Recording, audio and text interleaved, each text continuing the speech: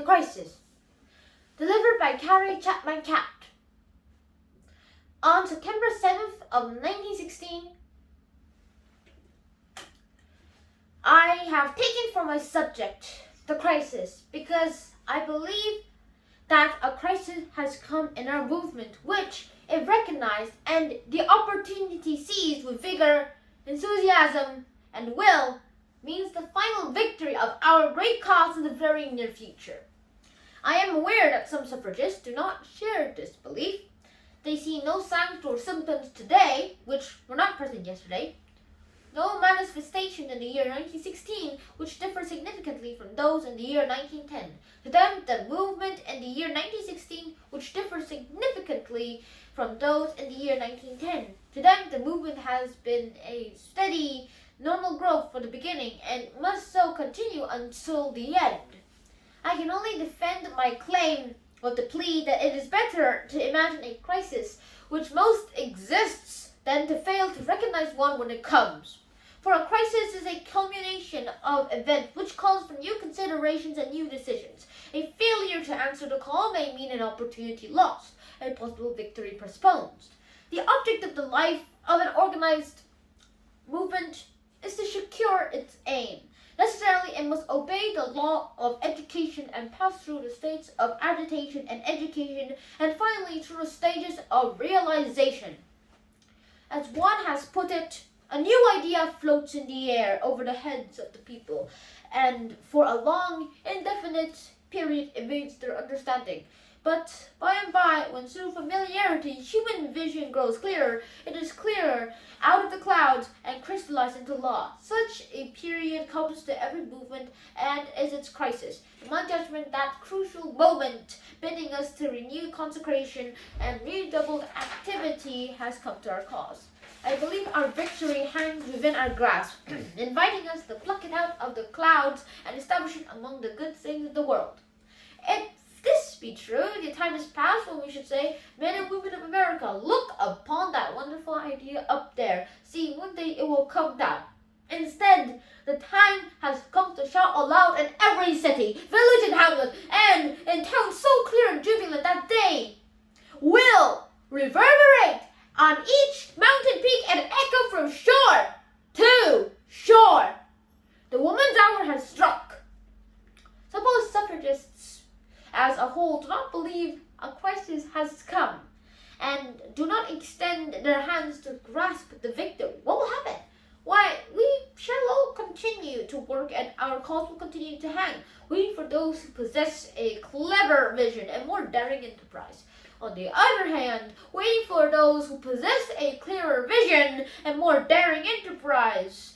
Well, suppose we reach out with united earnestness and a determination to grasp our victory while it still hangs a bit too high. Has any harm been done? None! Therefore, fellow suffragists, I invite your attention to signs which point to a crisis and the consideration of plans for turning the crisis into victory. First, we are passing through a world crisis. All thinkers of every land tell us so, and that nothing about and after the Great War will be as it was before. Those who possess and profess to know claim that $100 million are being spent on the war every day, and the 2 years of war have cost $50 billion, or 10 times more than the total expense of the American Civil War. Our own country has sent $35 million abroad for relief expenses. Were there no other effects to come from the world's war? The transfer of such unthinkable vast sums of money from the usual avenues to those wholly abnormal would give so severe a jolt to organized society that it would vibrate around the world and bring untold changes to its wake. But 3.5 million lives have been lost. The number becomes the more impressive when it is remembered that the entire population of the American colonies was little more than 3.5 million. These losses have been made with the living of the men within the age of economic production. They have been taken abruptly from the normal businesses of the world and every human activity, from that humblest unskilled labor of art, science, and literature have weakened by their loss. Millions of other men will go to their homes, blind, crippled, and incapacitated, to do the work that they once performed. The stability of the human institutions has never been suffered so tremendous a shock. Great men are trying to sink out the consequences, but one and all proclaim that no imagination can find color or form bold enough to paint the picture of the world after the war. British, Russian, German, and Austrian, French, and Italian agree that it will lead to social and political revolutions throughout the entire world. Whatever comes, they further agree that the war presages a total change in the status of women. A single and simple-minded man in West Virginia, when addressed upon the subject of women's suffrage in that state, replied, "We've been so used to keeping our women down, 'twould seem queer not to." He expressed what greater men feel but do not say. Had the wife of that man spoken in the same clear-thinking fashion, she would have said, "We women have been so used to being kept down that it would seem strange to get up. Nature intended women for doormats." Had she so expressed herself, these two would have put the entire anti-suffrage argument in a nutshell. In Europe, from the polar circle to the Aegean Sea, women have risen as true to answer that argument. Everywhere they have taken the places made vacant by men, and so doing, they have grown in self-respect and esteem of their respective nations. In every land, the people have reverted to the primitive division of labor, and while the man had gone to war, women have cultivated the field in order to guard the army and the nation to be fed. No army can succeed, and no nation can endure without food. Those are supply and are a war power and a peace power. Women by thousands have knocked at the doors of munition factories, and in the name of patriotism, we began for the right to serve their country there. We begged for it. Their services were accepted with hesitation, but the experiment once made, well, won reluctant but universal praise. An official statement recently issued in Great Britain announced that 660,000 women were engaged in making munitions in the country alone. In a recent convention of munition workers, composed of men and women, a resolution was unanimously passed informing the government that they would forego vacations and holidays until the authorities announced that their munition supplies were sufficient for their needs of the war, and Great Britain pronounced the act the highest patriotism. Lord Derby addressed such a meeting and said, "When the history of the war is written, I wonder to whom the greatest credit will be given. To the men who went to fight, or to the women who are working in a way that many people hardly believed that it was possible for them to work." Lord Sydenham added his tribute, said it might fairly be claimed that women have helped to save thousands of lives and to change the entire aspect of the war. Wherever intelligence, care, and close attention have been needed, women have distinguished themselves. A writer in the London Times of July 18th of 1916 said, "But for women, the armies could not have the field for a month. The national call to arms could not have been made or sustained. The country could not have perished or initiation in disorganization." If indeed it be true that the people have been won, it's because the genius of women have been lavishly applied to the task of reinforcing and complementing the genius of men. The qualities of the steady industry, adaptability, good judgment, and the concentration of mind, which men do not readily associate with women, have been conspicuous features. On fields of battle, in regular and impoverished hospitals, women have given tender and skilled care to the wounded and credited with the restoration of life to many. Heroism and self-sacrifice have been frankly acknowledged by all of the governments, but their endurance, their skill, their practicality of the service seem for the first time to have been recognized by governments as war power. So, thinking in war terms, great men have suddenly discovered that women are war sins and war assets. Indeed, Europe is realizing, as it never did, that women are holding together the civilization for which men are fighting. A great searchlight has been shone upon the business of nation building and has been demonstrated in every European land that it is a partnership with equal but different responsibilities resting upon the two parties. It is not, however, in the direct war alone that the latent possibilities of women have been made manifest. In all the Balogan lands, women have found their way to high posts of administration where no women have been trusted for 2 years ago, and the testimony is overwhelming that they have filed their reports with the entire satisfaction to the authorities. They have dared to stand into the pulpits, once too scared to touch to the unholy feet of women, and there, without protest, have appealed to the Father of all in behalf of their stricken lands.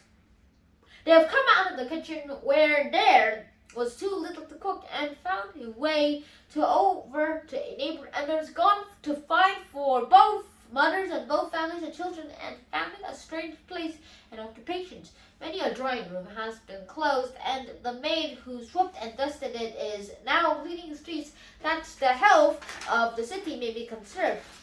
Maybe a woman who never before slept in a bed or her making or ate food not prepared by a paid labor is now sole mistress of the parlor and the kitchen.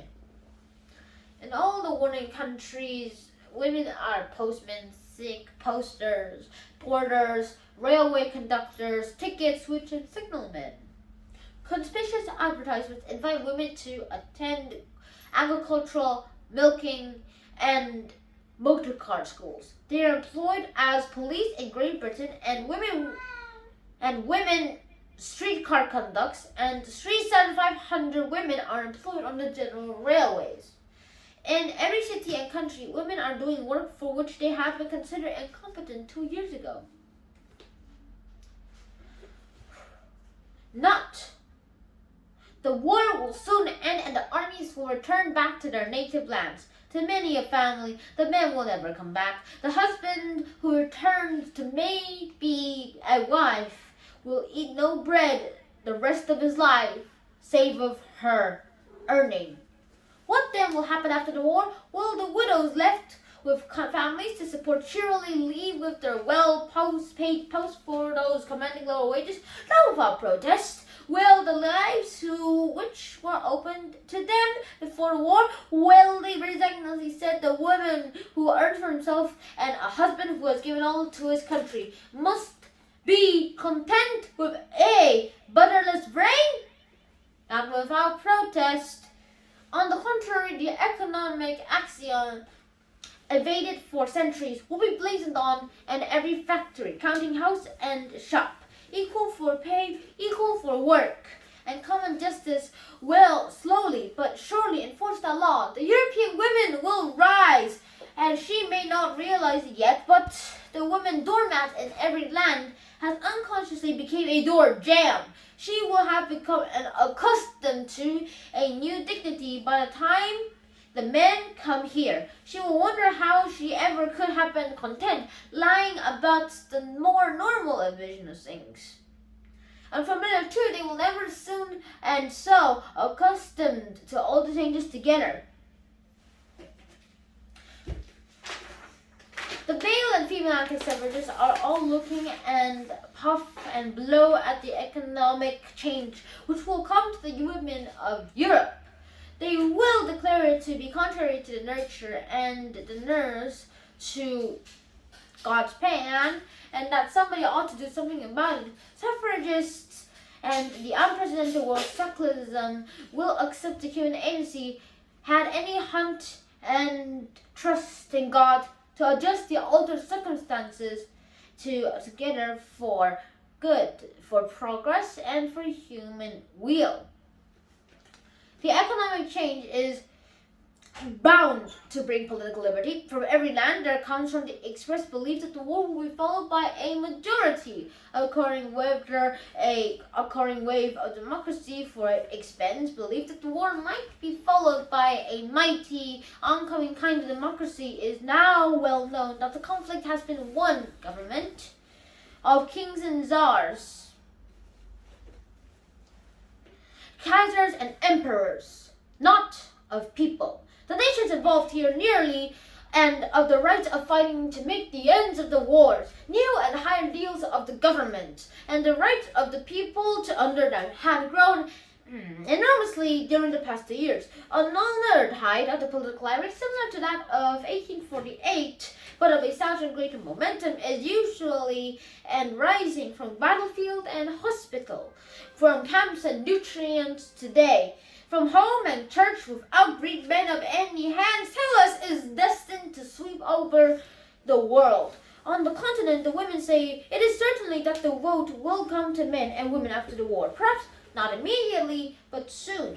In Great Britain, which was the storm center of the suffrage movement for some years before the war, the hundreds of bitter, active opponents have confessed in their constitution on account of the war services of women.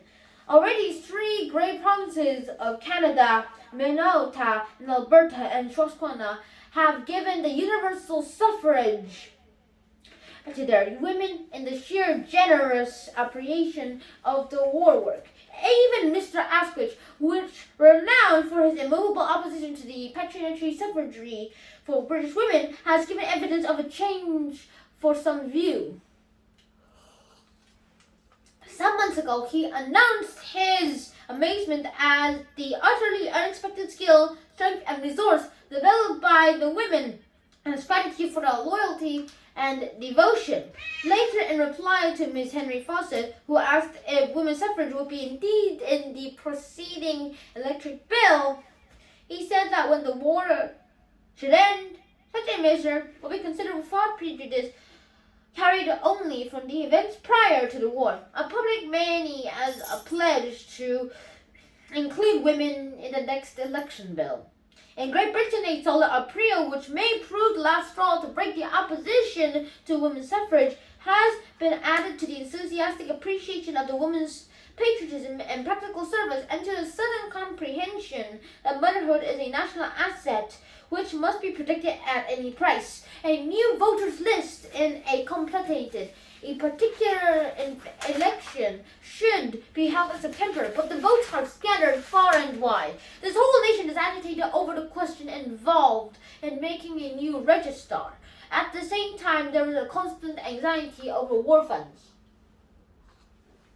As is prudent in a nation spending $50 million per day, it has been produced and proposed that a large tax be assessed upon the voters of the new ideas and the new lists, whereupon it would find its way into the public coffers, where women added to the voters list. What nation, with complimented fish, speaking concerning women's and patriotism and efficiency, could resist such an appeal? So it happens when the roar of Canada and the cannon, the scream of the shrapnel, and the wind of the aeroplanes, who lifts my car, and hear the cracking of the feet, and the fetters which have long bound the European women to outworn conventions. It has been faithful to pay for the price, so it happens that above the roar of cannon, the scream of shrapnel, and the whir of the aeroplanes, one who listens may hear the crackling of the letter and the fetters which have long bound the European women to outwarm conversations. It has been a frightening price to pay, but the fact remains that a womanhood, well stated and started on the way to the final emancipation, is destined to stop forth from the war. Will be a bewildered, troubled, and grief-stricken womanhood with knotty problems of life to solve, but it will be free to deal with them than women have ever been before. The women's hour has struck. It is struck for the women of Europe and for those of all around the world. The significance of the changed status of European women has not been lost upon the men and women of the land. While our own people are not so unlearned in our history, nor so lacking in the national pride that they will allow the Republic to lag long behind the Empire, presided over by the nationality which should be the inheritance of the American, they will not wait until the war is ended, but boldly lead in the inevitable march of democracy, our own American specialty. Sisters, let me repeat, the woman's hour has struck. Second, as the most adamantine rock gives way until the constant dripping of water, so the opposition of the women's suffrage in our own country has slowly disintegrated before the increasing strength of our movement turned backward the pages of our history. Behold, brave Abby Kelly rotten-egged, because she, a woman, essayed to speak in public. Behold, the Polish arresting rose startled the women of free America, drew aside their skirts when she proposed that they should control their own property. Recall the saintly Lucretia Mott and the legal-minded Elizabeth Cady Stanton. Turned out to be the world's temperance convention in London and conspiring together to free their sex from the world's stupid obsessions. Remember the gentle, sweet-voiced Lucy Stone, egged before she publicly claimed the woman had brains capable of education. Sink upon Dr. Elizabeth Bradwell, snubbed, and the women had brains capable of education. Sink upon Dr. Elizabeth Bradwell, snubbed and boycotted by other women because she proposed to study medicine. Behold Dr. Anatoly Brown Blackwell, standing in the sweet serenity of before an assembly of howling clergymen, angry that she, a woman, dared to attend a temperance convention as a delegate. Revere the intrepid Susan B. Anthony from mobs from Buffalo to Alabama because she demanded fair play for women. These are they who builded with others the foundation of the political liberty for the American women. Those who came after only laid the stones in place. Yet that's a wearisome task, even that has been. Think of the wonderful women who has wandered from village to village, from city to city, for a generation, compelling men and women to listen to and reflect by her matchless, invincible, and advocate as her own Dr. Anna Howard Shaw. Those whom she has led to the eloquent, where in all of the world's history has any movement among men produced so invincible as an advocate as to our own Dr. Anna Howard Shaw. Those whom she has led to the light, our legion.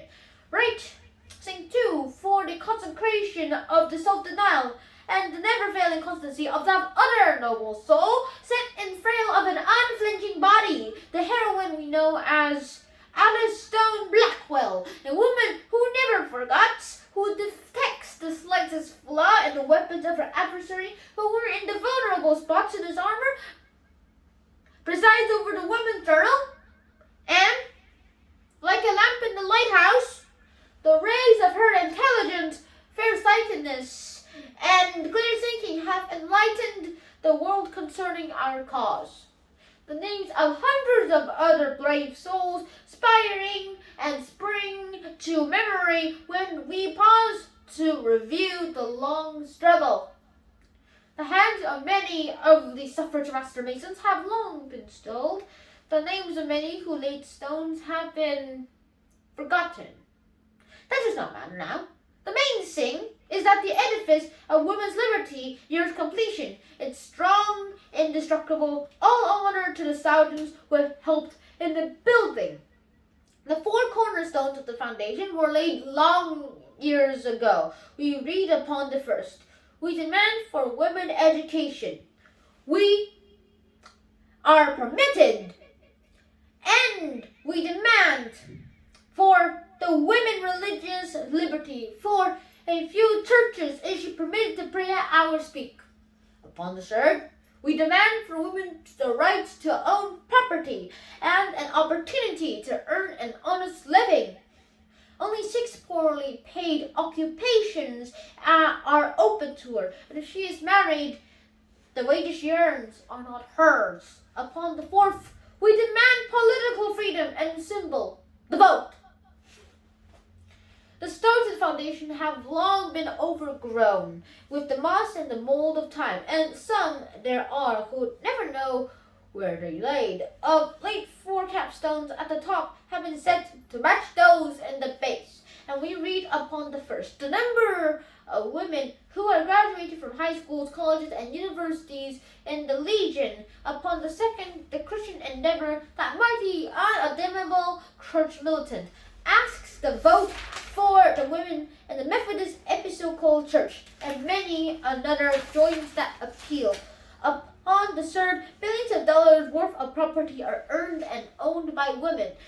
More than 8 million of women are wage earners. Every occupation is open to them. Upon the fourth, women vote in 12 states. They share in the determination of the 91 electoral votes.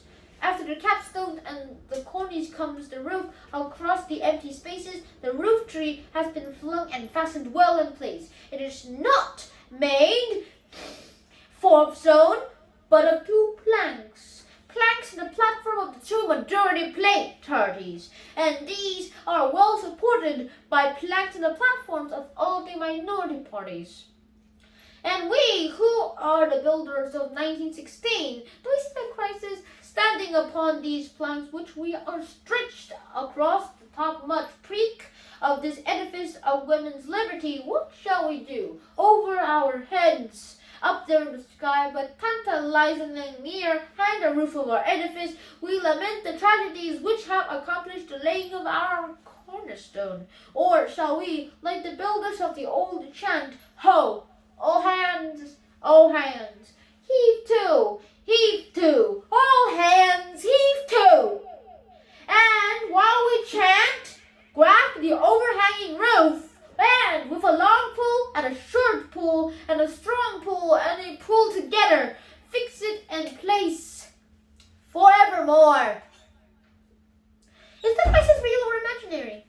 If it be real, it calls for action, bold, immediate, and decisive. Let us then measure our own strength. Our cause has won the endorsement of all of the political parties. Every candidate for the presidency is a suffragist. It has won the endorsement of the most churches. It has won the hearty approval of all of the greater organizations of women. It has won the support of all of the reform movements. It has won the progressives of every variety. The women and have the majority of the press and most of the states is with us. Great men in every political party, church, and movements are with us. The names of the greatest men are on our list. We have not won the reactionaries of any party, church, or society. We never will. We have begun of things, and they have been antis.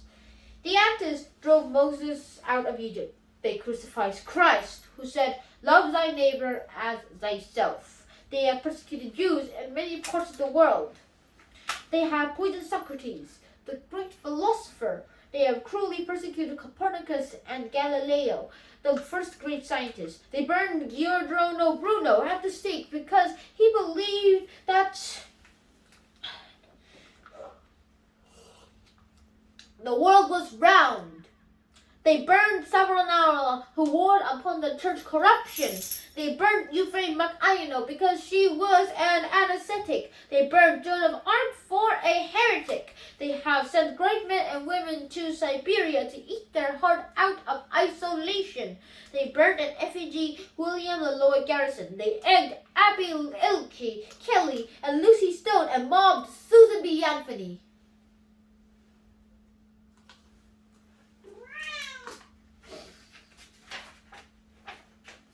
Yet in proportion to the enlightenment of their respective ages, these antis were persons of intelligence and honest purpose. They were merely deaf to the calls of progress and were enraged because the world insisted on moving on. Antis, male and female, there still are, will be to the end of time.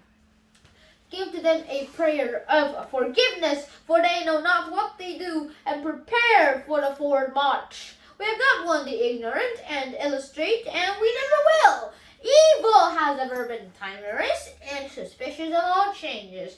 It is an instinctive act of self-preservation which makes it fear and consequently oppose votes for women. As the Hon Clem Clark said the other day, some good and intelligent people are opposed to women's suffrage, but all the ignorant and evil-minded are against it. These 3 forces are the enemies of our cause. Before the vote is won, there must be and will be a gigantic final conflict between the forces of progress, righteousness, and democracy, and the forces of ignorance, evil, and reaction. That struggle may be postponed, but it cannot be evaded or avoided. There is no question as which side will be the victor. Shall we play the coward and leave the hard knocks for our daughters, or shall we throw ourselves into the fray, bear our own shoulders into the blows, and thus bequeath to them a politically liberated womanhood? We have taken note of our gains and of our resources and of all we could wish.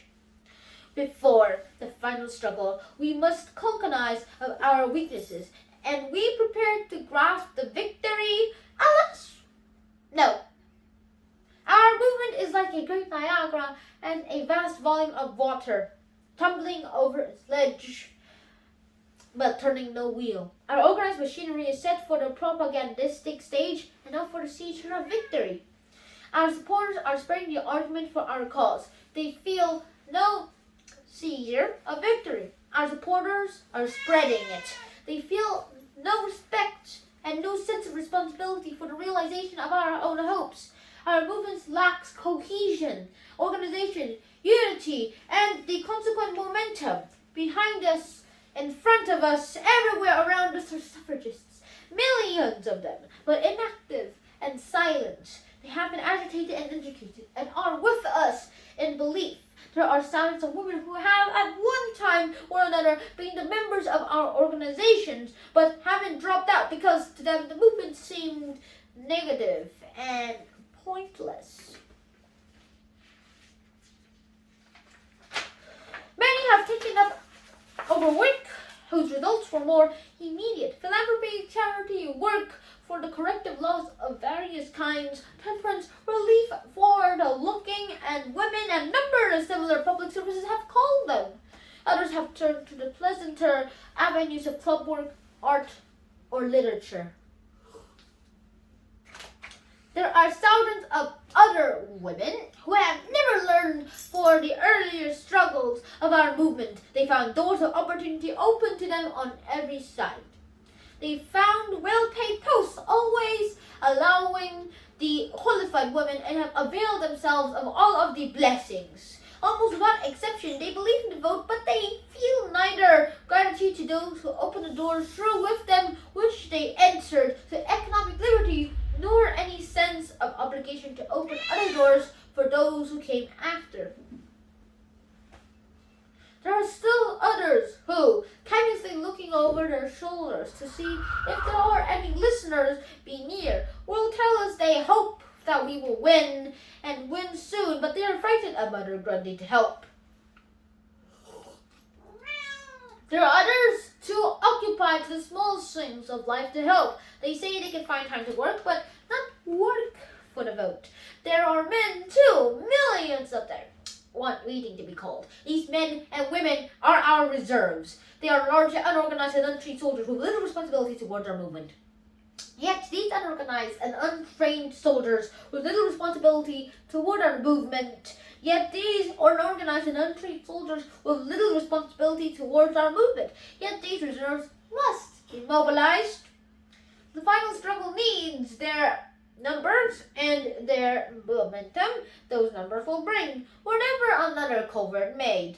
There are suffragists enough in this country, if combined, to make so irresistible a drivable force that victory might be seized at once. How can it be done? By a simple change of mental attitude. If we are to seize victory, that change must take place in this hall, here and now. The old belief, which has sustained suffragists in many an hour of discouragement, women's suffrage is bound to come, must give to the new way. The woman's hour has struck. The long drawn out come, and must give way to new women's hours has struck. The long drawn out struggle, the cruel hostility which for years have arrayed against our cause, have accustomed suffragists to the idea of indefinite postponement but eventual victory, and the slogan of the movement sets its pace. The old one has continued. Patience, it said. There is plenty of time, important sloth, and half-hearted effort.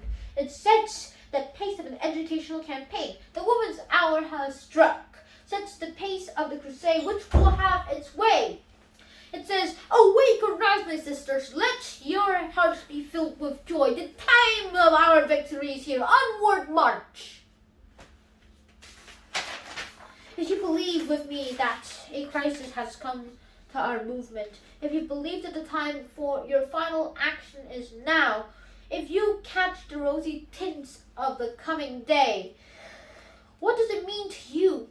What does it mean to have the thrill of the exaltation? Does the blood not course more quickly through your veins? Does it not bring you a new sense of freedom, of joy, and of determination? It is not true that you wanted a little time ago to lay down the work because you were weary with long service now, under the compliance of the influence of a changed mental attitude, are ready to go on until the vote is won. The change is our spirit, aye, and the spiritual effect upon you will come to others.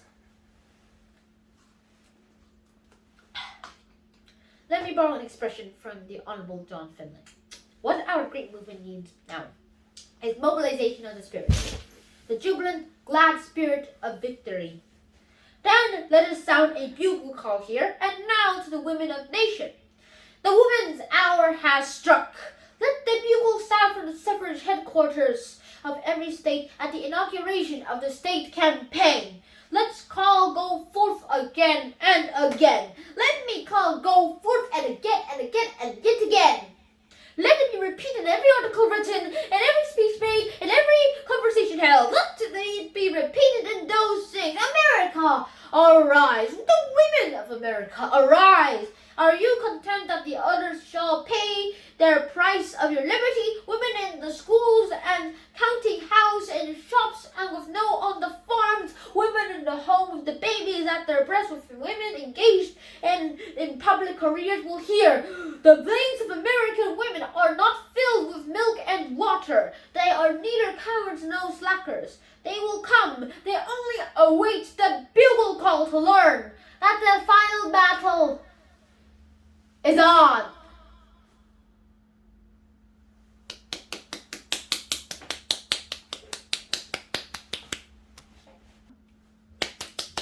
The crisis. Carrie, Chapman.